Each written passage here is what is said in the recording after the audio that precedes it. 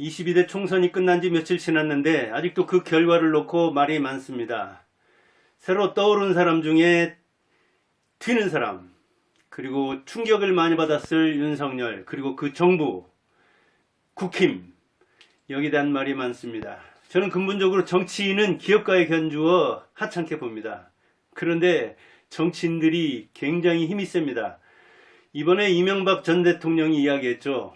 다른 분야에 비해서 정치 수준이 너무 낮다. 그도 기업가로서 생활해봤기 때문에 경영자에 비해서, 기업에 비해서 정치 분야가 뒤진다는 얘기, 국제 수준에 볼 때, 세계 수준으로 볼 때 그런다는 이야기를 하는데 저도 공감합니다. 이번 22대 총선에서는 누가 상한가를 쳤을까요? 하한가는 누굴까요? 저는 이준석 대 윤석열로 봅니다. 윤석열은 하한가 정도가 아니라 거의 부도 상태라고 생각합니다. 식물 대통령이었다면 초기부터 거의 자기 힘을 쓸 수 없는 상태였다면 지금은 아예 손발이 묶인 상태가 아닌가. 식물에서 고사목으로 이번에 바뀌지 않았나 그런 생각을 하는데, 정치 경향이 뭐 다를지라도 그냥 제 생각을 이야기할 뿐입니다.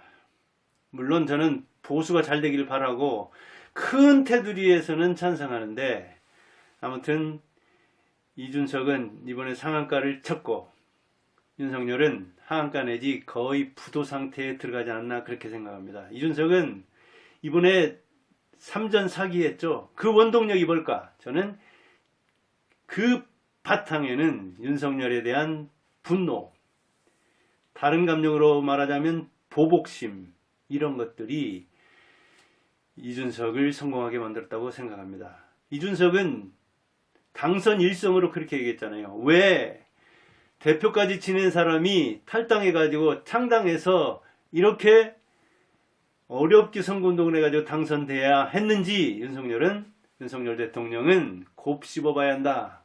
그렇게 말했습니다. 당선 일성에서 당신이 나를 이렇게 쫓아냈는데 나는 이렇게 창업에서 성공했다.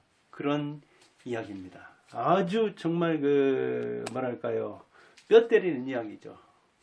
분노에 찬 이야기죠. 39살이니까 어찌 보면 유튜브나 이런 데서는 기고만장하다, 너무 선을 많이 나간다, 자기 절제가 안 된다 이런 이야기를 하는데 이해합니다. 39살. 저도 39살에 저는 학원을 차렸을 텐데 대학에서 강사하다가 이해가 됩니다.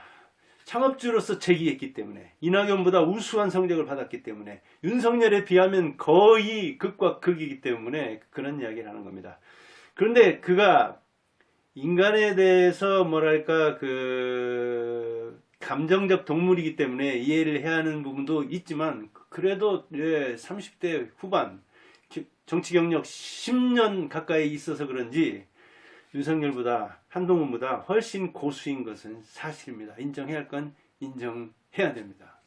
혈기가 있으니까, 그리고 오래간만에 성공하니까, 그리고 그 감정을 이렇게 절제할 수 없으니까 하는 이야기지만 그 속에 저는 의미심장한 것이 들어있다고 생각합니다. 그럼 그는 이준석은 어떻게 해서 성공했을까요? 지역 선택을 잘했습니다. 그 254개 지역구나 되는데 그 중에서 동탄을 잘 골랐죠. 평균 나이가 35세 안팎이라고 하는데 자기가 30대니까 그와 소통할 수 있는, 정말 동시대를 살아온, 비슷한 경험을 한, 비슷한 지식을 간직하는, 그리고 비슷한 정치의식을 가진 그리 다가간 겁니다. 선택 잘했죠. 이거 주식에서도 종목 선택, 시기 선택 중요하거든요. 섹터, 종목, 시기, 매매 시점 잘 선택했죠. 동탄. 그리고 전략도 잘 선택했습니다. 뭔데요? 교통과 교육. 그 사람들이 가장 아파하는 고통과 고민과 그들의 애로사항, 불만, 불평이 뭔가, 불안해하는 게 뭔가를 딱 잘 집은 거예요. 교통과, 아무래도 수원 쪽으로라든가 성남, 서울 쪽으로 많이 왔다 갔다 하는데 불편하다는 이야기죠. 그리고 교육. 30대들이니까 아이, 이 자식 농사 짓느라고 얼마나 바쁩니까? 그런데 맞벌이도 많은데 이 지방에서 산다는 것 때문에 서울에서 그렇지 않아도 집값이라든가 이런 것 저런 것 때문에 밀려 있는데 내 자식들도 이 교육을 통한 신분 상승을 할 수 없는 거 아닌가? 나는 지방 사람이라 수도권에서도 멀리 떨어진 곳이라 여기서 내 꿈을 자녀를 통해 이룰 수 있을 것인가? 이런 생각을 할 거예요. 이준석은 아마 결혼해가지고 아이들 낳지는 않았지만 그걸 공감한 거예요. 그리고 그 교육에 대해서는 우리나라 어찌 보면 최고의 이 서울과학고 그 다음에 외국 유학 대단하잖아요. 이과니까 또 뭐랄까요, 그 의학이라든가 과학이라든가 기술이라든가 이런 공학 이해가 또 빠르고요.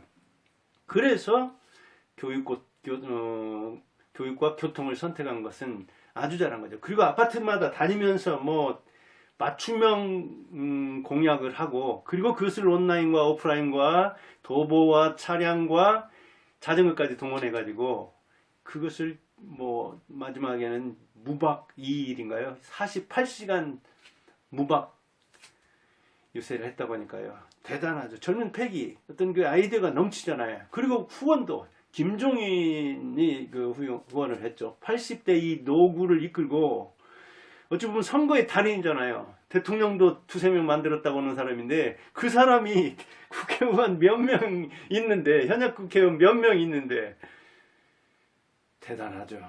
비전을 본 거죠. 이준석의 어찌 보면 싹수를 본 거죠. 이준석에 대해서 너무 재승박득하다. 말이 너무 앞선다.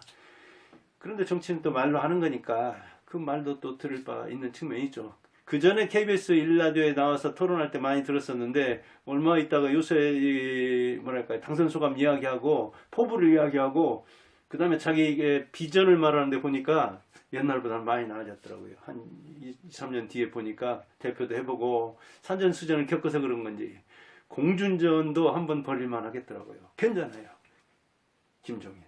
대단한 멘토가 붙었죠. 우리나라에 어찌 보면 선거의 달인이라고 하는 구루라고 하는 사람이 붙었죠. 책사가 이렇게 붙었을 때는 어찌 보면 젊은 세대의 비전을 본 거 아니겠습니까? 사람 보는 눈이 있더라고요. 그리고 역시 김종인은 윤석열이나 그 한동훈하고는 급수가 다르더라고요. 이야기하는 게 이렇게 쫙 보면 전체 판을 읽는 거 보면 한동훈이야말로 어찌 보면 적을 향해서 쏘지 않고 이번에도 보면은 허공에다 막 기관총을 쏴댔죠. 무슨 운동권 심판, 야당 심판, 2조 심판 웃음밖에 안 나오죠. 이건 실개천도 안 되죠. 개울도 안 되죠. 국민들이 지금 2년이나 지났는데 당신들 뭐 했어? 중간 심판한다는 이야기잖아요. 여당에 대해서. 정권 심판한다는 이야기잖아요. 윤석열 심판, 김건희 심판하자고 나오는데 그 바다 같은 데다가 몇 동이 물 붓는 식으로 운동권 심판하자고 야당 심판하자고 2조 심판하자고니 얼마나 정치 그 구단들이 볼 때는 웃었겠어요. 그런데도 무슨 뭐 비대위원장을 해가지고 이끌고 있으니 4선 5선 국회의원들이 속으로 얼마나 웃었겠어요. 저 같은 이 정치 아마추어가 봐도 웃음이 나는데 그렇게 그 뭐랄까요 이 애송이인데 그런 애송이를 내세워가지고 그것도 막 이 사람 저 사람 쫓아내고 김기현이다 뭐 나경원이다 안철수다 유승민이다 다 배제하고 혼자 원탑으로 사령관으로 세웠는데 그런데 책임을 그럼 다 져야 되죠. 패장은 사실은 어때요? 전쟁에서 죽어야 하는 거잖아요.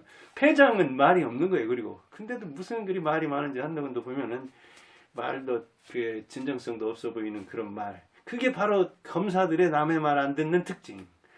남의 뭐랄까요 우리하고 같은 등급으로 보겠어 인간들을 그렇게 보지도 않죠. 출신들부터가 그러잖아요. 그러니까 윤석열과 한동훈은 말로는 무슨 5천만 말이라고 하지만 5천 명이나 알아듣는 말이나 하는가 그럴 정도로 어찌 보면 그 영털이었답니다. 그러니까 정치 바닥에서 그만큼 굴러먹지도 않았고 사람들에 대한 이해도 없고 그러니까 대파소동 일으키고 이종섭 뭐 황상무 의사 문제도 그때 해가지고 왜 이렇게 느려 터졌는지 1년 전에 한 2년 동안에 뭔가 초기에 보여줘야 되는데 실제 대통령 임기가 5년이면 2년의 핵심은 끝내야 되는 거죠. 이를테면 학교에서 저도 교사 해봤지만 교사하면은 1년 그 담임을 한다. 그러면 3, 4월에 분위기 못 잡으면 끝나는 겁니다. 대통령도 역시 마찬가지입니다. 어찌 보면 1년 동안에 그런데 그렇게 느리고 또 느린지. 그러니까 정치에 대해서 모른다는 거예요. 왕자 써가지고 오더니 왕처럼, 조선시대 왕처럼 죽을 때까지 하는 줄 알았는지 50년 하는 줄 알았는지 그렇게 느리게 반응하고 뭐 이종섭이던가요? 그것도 한 달 안팎?